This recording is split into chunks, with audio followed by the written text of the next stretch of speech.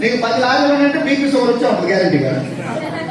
ఎవరికో చెప్పండి 10 లారీలు ఓనర్ బీపీ షుగర్ రాలేదు. ఎందుకంటే ఏ యాక్సిడెంట్ ఏం తెలియదు, ఎవరు ఆర్టీఓ పట్టుకోవడం తెలియదు, ఏది ఇన్సూరెన్స్ అయిపోయింది తెలియదు. మాకేముంది హ్యాపీగా కింద పడుకున్నా నిద్రపోతుంది, పెట్టుబడి లేదు కదా మాకు. వర్షం పడ్డా మాకేం కాదు, ఎండ వచ్చినా. కాబట్టి వ్యవసాయం పడాలి, రైతులు బాగుండాలని కోరుకుంటాం. మాకే సేల్స్ అయితే సైడ్ పాయింట్ అయితే కాబట్టి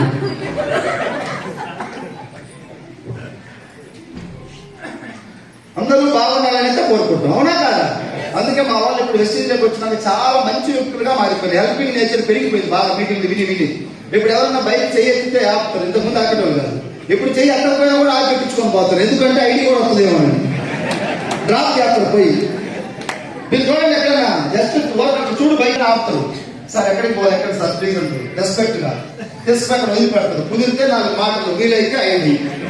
ఒకవేళ ఐడి కాలేదు ఏమో తిట్టుకుంటారా, పర్లేదు సార్ థ్యాంక్ యూ సార్, మళ్ళీ నెక్స్ట్ టైం పోయి వచ్చే సంవత్సరం పోతారు. బాబాయ్ కంటికి ఏమాడటం, మీ వరిసేనికి ఏమాడటం, బాగుంది వరిసేను, మాకు ఒక బస్తా 4 సార్లు పోయినందుకని సరే ఒక బస్తా ఈ వాడతాను చూస్తాడు. ఐడి వచ్చినట్టా కాదా?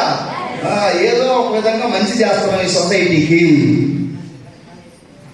ఎప్పుడు బండి ఎత్తి చేయెత్తి ఆపలేదు. ఇప్పుడు ఎంత ప్రేమ వచ్చింది సార్, అందరూ బాగుండాలని కోరుకుంటారా లేదా? ఇప్పుడు మా పార్టీకి నువ్వు ఓటు వేయలేదని తెలిసినా నీ దగ్గరకు వచ్చి ఐడి అడుగుతున్నాం. మాకు ఇప్పుడు శత్రువులు ఎవరు? శత్రువు కూడా ఐడి ఇస్తారంటే ఆగిపోతున్నాం.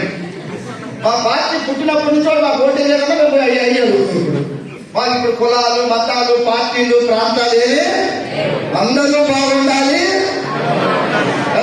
అందరూ ఉండాలి. బయట ఎంతమంది కూడా చెప్పండి మైండ్ సెట్, ఇది మా ఊరోడు కాదు, ఇది మా ఊరు కాదు, మా వర్గం కాదు, మన పార్టీ కాలేదు, అవతల పార్టీ అపోజ్ చేసిన వాడు దొక్కాలి, లేపాలి, వాడు పింఛన్ తీసేయాలా, మేము పెట్టేది కానీ తీసేసేది.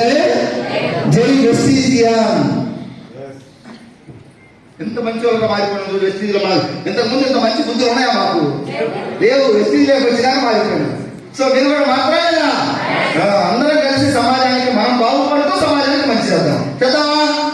సో మీ అందరి ముందు మాట్లాడే అవకాశం నాకు వెస్టీజ్ ద్వారా కలిగినందుకు, ఇంత టైం అయినా కూడా డిసిప్లిన్ గా కూర్చున్న మీ అందరికీ పేరు పేరున నా కృతజ్ఞతలు, థ్యాంక్స్ తెలియజేసుకుంటూ, మీరు మేము కలిసి సొసైటీని బాగుపరచుదాం.